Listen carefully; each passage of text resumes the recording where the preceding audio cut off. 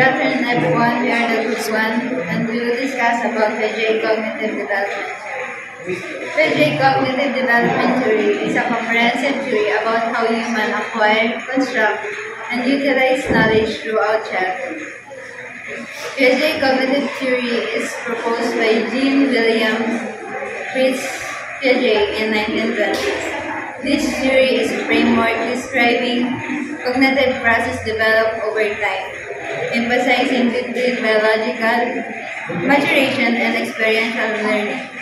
And also it suggests children actively construct knowledge and through interaction with their environment and progressing with 4 distinct stages.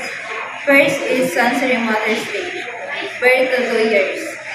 Babies learn through their senses and movements as they touch, grab a thing, or put things in their mouth as they explore. Second is pre-operational stage, 2 to 7 years. In this stage, symbolic thinking develops using words, images to represent objects. Third is concrete operational stage, 7 to 11 years. Logical thinking develops in this stage, limited to concrete object and situation. Example, demonstrating reversible thinking. For example, child solve a problem 7 plus 3 is equal to 10 and reverse it to 10 minus 7 is equal to 3. Formal operational stage, 12 and above. Develop of abstract systematic thinking, problem solving, become more strategic. Individual can reason logically about complex problems and things scientifically. The next reporter will discuss the key concepts. Good afternoon. So yung continuation ng report ko is yung tungkol sa Piaget theory, it is all about lang naman how children's thinking develop as they grow. So paano nagde-develop daw yung thinking or critical or logical thinking ng isang bata na habang tumatanda sila. So yung mga key points naman dito is active learning. Sinasabi din ng Piaget na yung mga bata daw is active learning. So, for example, naglalaro sila ng puzzle. So, natututo sila by exploring at yun. Tapos, sunod is adaptation process. Ang adaptation process daw is may nangyari ito in 2 different ways. Yung na yung assimilation or adding new info to what we already know and accommodation, adjusting what we know when we encounter new things. So, yung example dito, kunwari, yung bata nakakita ng pusa. Isipin niya aso yun kasi yun yung alam niya. Yun yung assimilation. Tapos, papasok yung accommodation dun kapag binago niya na. Malalaman niya yung pusa at aso ay magkaibang uri. Tapos, sa developmental readiness, sinabi ng Piaget na yung bata, matututo siya kapag handa na. For example, hindi mo naman mapipilit yung 5 years old na bata na mag-compute sa calculus, gano'n. So, yung mga kakayahan lang niya yung magagawa niya. Tapos, may sinabi din si Piaget doon tungkol sa egocentrism and logical thinking.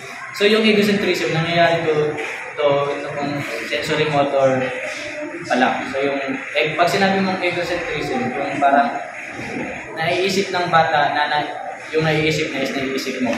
For example, yung bata gusto niya maglaro, isipin niya na yung nanay niya is gusto niya rin maglaro. So, as time goes on, nasa na siya, sa ibang level na, yun, malalaman niya na hindi na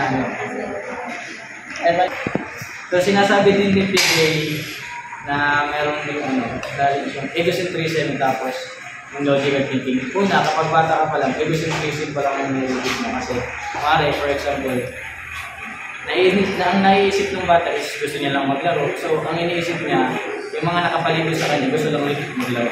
So, kapag tumanda ka na, nagiging binata ka na, nagkakaroon ka na ng logical thinking na naiisip mo na, ay, hindi naman pala lahat ang bagay ay pare-pare tayo naiisip. Yun lang yung gustong pasabihin niya, Piaget. Next is,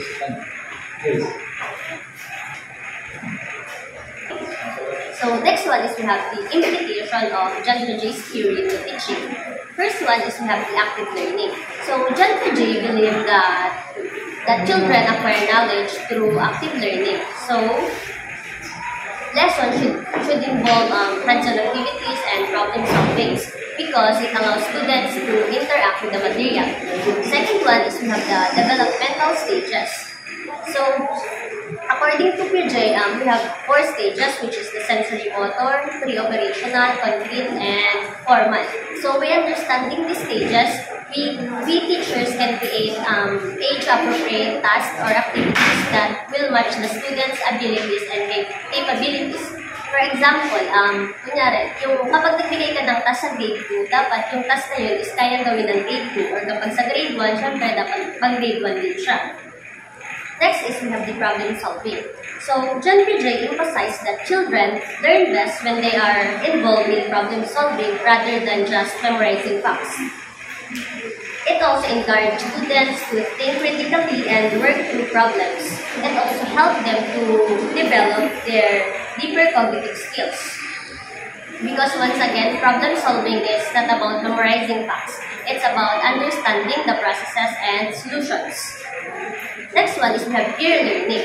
So for PJ, social interaction is very important because, example, group activities can create or give students, it allows students to share their ideas and collaborate or refine their thinking.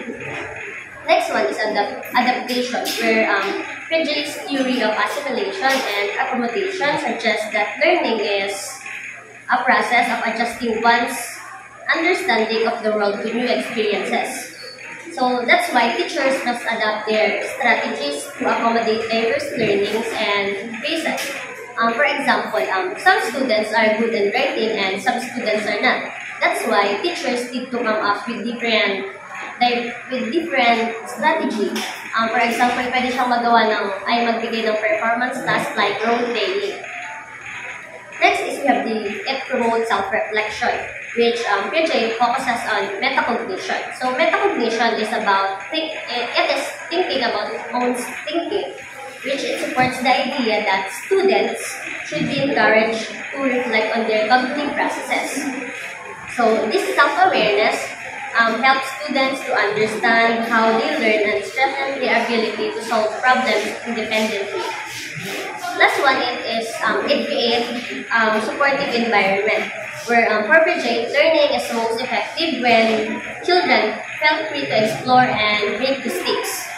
So a supportive classroom environment fosters a sense of safety where students experiment without fear of failure. For example, we just need to support and guide them even though nagkamali yung students. Jean Piaget theory of cognitive development explains how children's thinking evolves in stage as they grow. So these stages are sensory motor, operational, concrete operational, and formal operational. Piaget emphasized that children actively construct their knowledge through exploration and problem solving. His theory suggested that children learn best suited to their cognitive stage with social interactions helping refine ideas. Teachers should adapt lessons to match students' abilities, encourage reflection on their thinking, and view mistakes as learning opportunities to support cognitive growth and independent learning. That's all for our topic for Jean Piaget theory. Thank you. Once again, our next topic is Solomon by God's Grace, Sociocultural Theory of Cognitive Development. So, what do we mean by sociocultural? So, in psychology, it is the study how the individual is affected or shaped by society's cultural attributes. In a way, it is the combination of sociology and psychology. So, what is sociocultural theory of cognitive development? So, this theory emphasizes the role of social interaction into psychological development. So if we were to put it in a situation, let's imagine in a classroom setting, the students are learning to solve in calculus, for example, solving integration. So the students use a practice problem guided by the teacher by means of giving some set of example. And by God's, we believe that human development and learning is socially mediated process.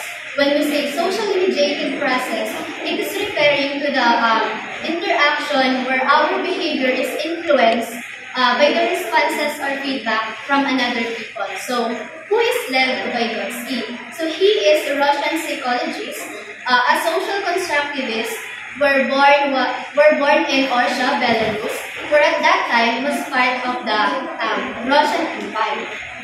He is often called the Mozart of psychology because he came up with several different theories in just a short span of time, demonstrating his ability and creativity. So he was a true master in this field. So in 1913, he was admitted into Moscow University through a lottery system where at that time, there was just 3% Jewish student quota that benefited him, so it helped him get in. So he developed this theory in the early 20th century. And sabi, among the prominent developmental psychologists, talagang nag-stand out siya because he places significant importance on culture, wherein sabi niya, yung learning daw is nag-occur in two levels. First is the social level, wherein how we interact with the community, and the second one is the individual level, wherein it occurs inside our mind. To discuss here the 4 key points of this theory, Ms. Almario will continue.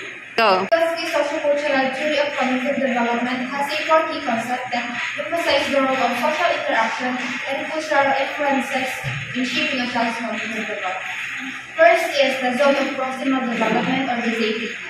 It is the space between what learners can do without assistance and what learners can do with assistance from an adult or more knowledgeable others. Example of this is a 3 years old child learning to tie his or her shoes. He can strap a pair of shoes but cannot tie his own shoes. It has 3 stages. First is can do alone or independently, or ito yung tinatawag na comfort zone student. Pangalawa is can do with assistance, or the leadership zone. Pangatlo naman is the can do even with guidance, or the impossible zone of the students. Another key concept is the scaffolding. Scaffolding is closely related to ZPD. It was coined by Jerome Bonner. It was the process of offering a guidance and supporting its suggestions in relation to specific task or action. It also the ability of a child to learn new information through the help of more informed individuals. Example of scaffolding as the way we teach a child to read. We didn't expect to read immediately the book. Instead, we teach them to the variety of skills like the alphabet, the chorus response sounds, and etc. Scaffolding also may tinatawag na instructional scaffolding. It refers to supporting students from the teachers throughout the learning process. Scaffolding have strategies that it allowed use of first language, gestures, ask questions, and many more. Next is more knowledgeable other, or the NLP. Vygotsky theory emphasizes that children learn best through interactions that include collaborative and cooperative dialogue, who is more skilled in tasks. He called these people with higher skill level as more knowledgeable than others. An example of this is the teacher, parents, tutors, peers, and etc. Next is the language. Vygotsky believes that language develops through social interaction. Language as man's greatest tools as means for communicating. Vygotsky differentiate the 3 forms of language. First is social speech. It is from age 2. Speech which is external, used to communicate others. Kadalasan yung mga bata is nakakabuo lang sila ng 50 words and can put 2 words together. Example ko dito is yung, hi mommy, ganyan. Next is the private speech. Private speech is think aloud or self-talk. The children used to talk themselves as they go about the different tasks. Example ko dito, kapag bibilisan sila, sabihin nila sa sarili nila, I think I like the red one. And the child can compose at least 200 words. Last is the private speech goes underground. Ito naman yung inner speech. Inner speech is the voice, little voice inside the head. Kung saan yung private speech goes underground and become an inner speech. And overall, those four key concepts underscores the biggest social, cultural, and cognitive development, four aspects of interconnectedness, the social interaction, and cultural context of cognitive development of the children. So next, we're gonna talk about the 5 implications of the Vygotsky social-cultural for cognitive development for teaching practices. So first is collaborative learning, wherein Vygotsky believed that learning is inherently a social process. So this can be implemented through group projects or peer tutoring. So for example, when students work together on solving mathematical problems, they are not only sharing knowledge but also learn how to communicate with and negotiate other ideas.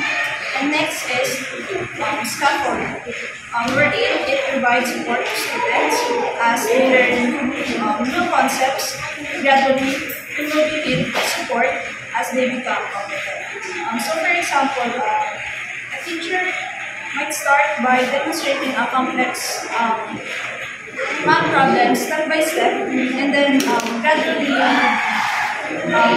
remove that support and encourage students to solve similar problems by their own. Third is the cultural context, wherein Vygotsky highlighted the importance of tools and scaffolding. So for examples, in literature class, the discussing stories from diverse cultures can help students to connect with material on a personal level. Fourth is the zone of proximal development, or ZPD. It refers to the range of tasks a student can perform guidance but not yet implemented. So for example, a teacher guides the students in involving multi-step math problem. So by giving hints, then gradually reduces this assistance as the students gain confidence and completes it And the last is the dialogue and discussion, wherein Vygotsky emphasizes the importance of language cognitive development. For example, a teacher asks guiding question, then it helps the students clarify their understanding of the problem.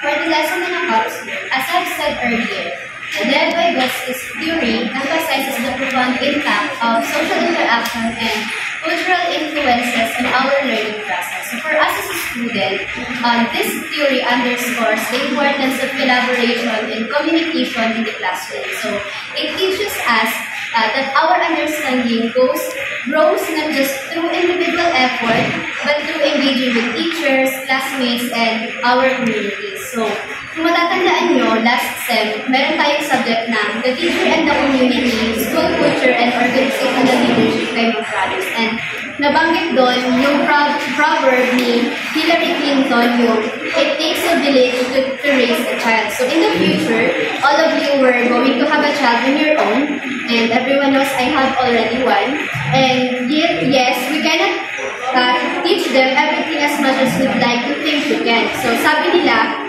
if we want our children to be successful and well-adjusted, productive adults with excellent coping skills and relationships, then we need to take full advantage of the enriching experiences that can be offered to our children through meaningful relationship with people besides ourselves.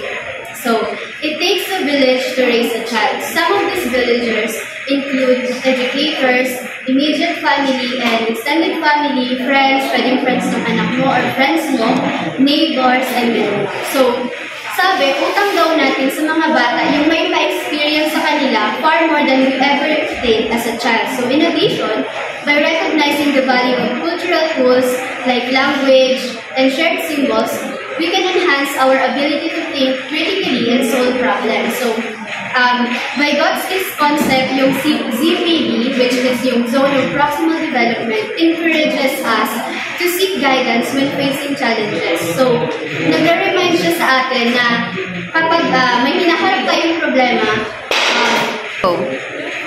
Vygotsky's concept, which is yung ZPD, yung Zone Proximal Development, encourages us to seek guidance when facing challenges. which reminding us na asking for help is a strength, not a weakness. So, huwag tayong mahihiyang magtanong kung meron tayong mga tanong. And in essence, this theory enriches our educational experience, fosters sense of connection, and support essential for our personal and academic growth. So I'll be ending this discussion through a quote from Harding Carter. There are two things we should give to our children. First is roots, and the other one is wings. That's all. Good afternoon, everyone. We will discuss about information processing theory. Information processing theory provides a framework for understanding how individuals process, store, and retrieve information. By comparing the human mind to a computer, this theory highlights the cognitive processes involved in learning and memory. As educational practices evolve, insights from this theory become essential for developing effective teaching strategies. History of information processing theory is developed by American psychologists, including George Miller in 1950s. Information processing theory has in recent years compared the human brain to a computer. We'll continue the discussion by Mr. Bishop. Let's talk about our discussion. Information processing theory has been influenced by various psychologists with their contribution from George Miller, Alan Weber, and Herbert Seymour. Their work laid that groundwork for understanding how human process, store, and retrieve information. Next is the definition. Information processing theory is a cognitive theory that converts human thinking to the functioning of a computer. It posits that information is received, processed, stored, and recalled, emphasizing the mental process involving understanding and learning.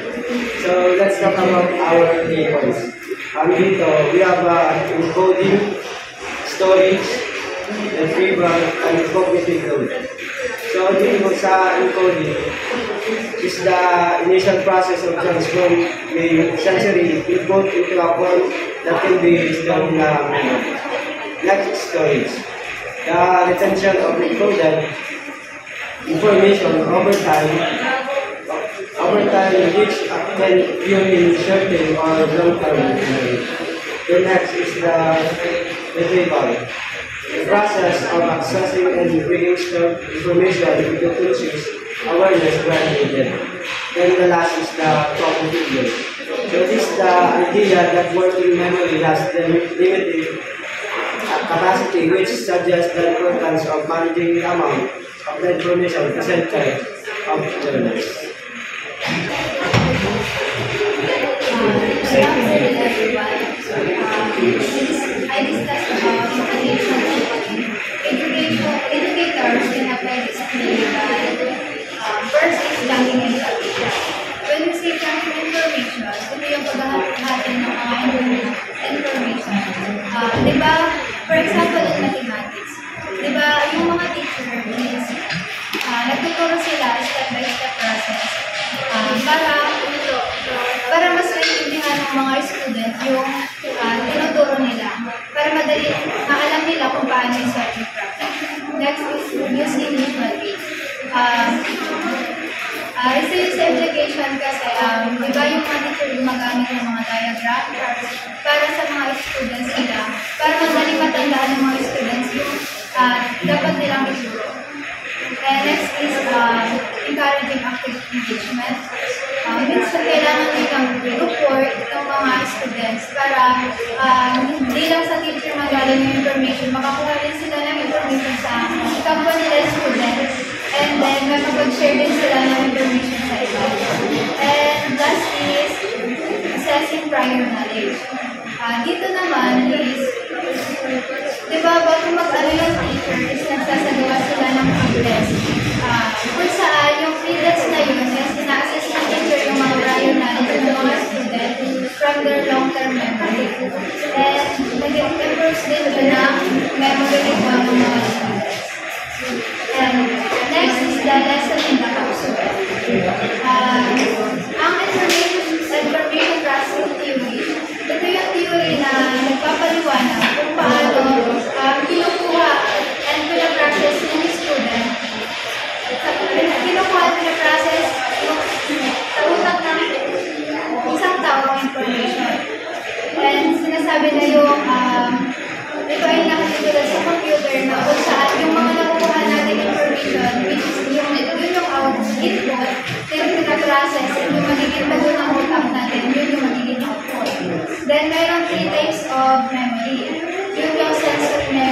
short-term memory and the long-term memory. When we say sensory memory, ito yung information na nakukuha natin through our five senses. And yung information na yun is panandalian lang sa ating memory. Meron tayong tinatawag na iconic memory kung saan tayo sa paningin. Echoic memory, ito yung sa pandinig, and haptic memory kung saan ito naman sa pandama. And next is short-term memory. Ito naman is, ito yung working memory na humahawak ng information for a short period of time.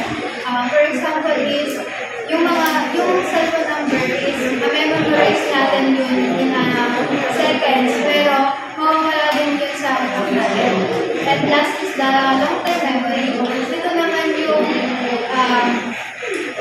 nilalagyan ng mga information sa ating utak kung saan ang pangmatagalan or panghabang buhay. For example, yung mga memories natin from yung bata pa tayo, doon siya nilalagay sa ating long-term memory, kaya hanggang ngayon naalala pa natin.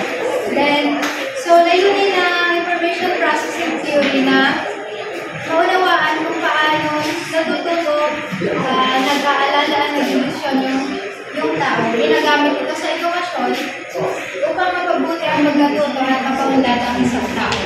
That's all. Thank you. The most important question that educators are trying to answer is how to prepare students for the adult wherein the emergent problems are still there. To identify and develop students' creative talents, educators use one of the most well-known assessments, the Torrance test of creativity, or the TCC, and to use the Torrance creativity framework. The proponent of the theory is Edward Paul Torrance. He is known as the father of creativity from his nearly 60 years of research that became the framework for the field of gifted education. And he was Professor Emeritus of Educational Psychology. And he created the Torrance test of creative thinking, or the TCC. What is the theory about? Torrance emphasized creativity as a dynamic, process-oriented skill that involves generating ideas, solving problems, and making decisions. He highlighted that creativity is not just about artistic expression, but can be applied in any field or discipline. The second one is Torrance believes that creativity can be nurtured through education by encouraging exploration, questioning, and risk-taking, as well as providing opportunities for open-ended and critical thinking and experimentation. He developed the Torrance test of creativity, or the TCC, which measures creativity using four primary criteria: fluency, flexibility, originality, and origination. The last one, Alex Osborne described the process of creative problem solving. Last one is Alex Osborne described the process of creative problem solving in his book, Applied Imagination. He opened the process in the public domain, which made anyone can use it. Yes. To further understand problem solving and creativity theory, let's have an example. Consider the situation wherein you want to save money to navigate your financial priorities. In doing so, the first thing you need to do is assess yourself if you spend money in the right way. Like for example, you prioritize to buy what is needed in your daily life more than spending your money for your own satisfaction, like buying things that makes you happy in a short period of time. Then, after assessing yourself, you need to find a way on how to save money more effectively. After finding a way, you need to test if that way is effective or not. Then, if that way is not effective, you need to change your way until you find the right way on saving your money more effectively. The example of the situation shows that this theory is applicable in real-world context. The theory play a crucial role in addressing progress, innovation, and complex challenges, whether it's generating new ideas, adapting to change, or overcoming obstacles. Creative problem-solving strategies are very important and useful tools in our daily life. Then, how this theory applies to teaching. This theory applies in teaching by helping educators in designing their curricula that promotes creative problem solving. And this theory serves as their guidance in creating better curricula for their students. Like for example, in making their lesson plan, the 4 criteria of creative thinking like fluency, elaboration, flexibility, and originality will serve as their guidance in making their objectives, wherein that objective is the target goal that was the student achieve.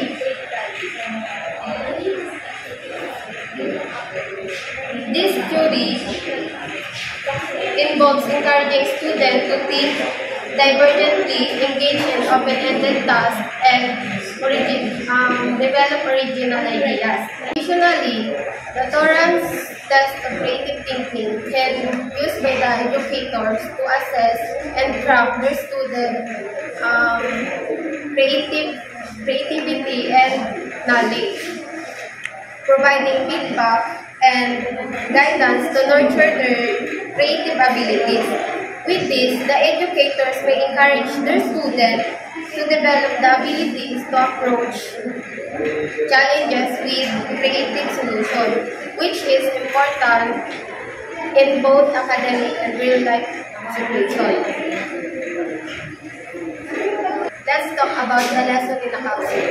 Edward Paul Torrance believed that creativity is not an inherent trait, but a skill that can be developed and nurtured through practice. And that's the main reason he created the Torrance test of creative thinking to assess individuals' creativity potential based on fluency, flexibility, elaboration, and originality in their responses to tasks.